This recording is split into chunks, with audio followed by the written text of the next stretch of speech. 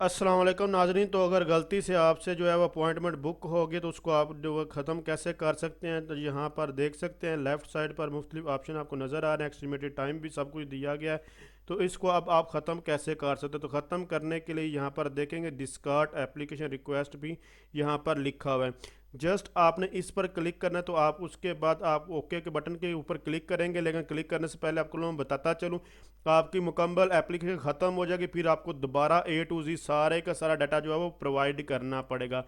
इसलिए आपने ध्यान से डिस्कॉर्ड एप्लीकेशन करनी, अगर कर देंगे तो फिर आपको सारे का सारा डाटा जो है वो दोबारा देना पड़ेगा। जैसे कि यहाँ पर देखेंगे तो मैंने मुकम्मल डाटा रेडी प्रोवाइड किया था, लेकिन इसको मैं डिस्कार्ड किया है, डिस्कार्ड एप्लीकेशन किया है, तो अब ये सब कुछ जो है वो ख़त्म हो चुका है। रिफ़्रेश करेंगे तो यहाँ पर अब कुछ भी अवेलेबल नहीं है। तो मज़ीद इन्फॉर्मेशन के लिए आप चैनल को विज़िट कर सकते हैं। तो थैंक्स फॉर वॉचिंग। अल्लाह हाफिज़।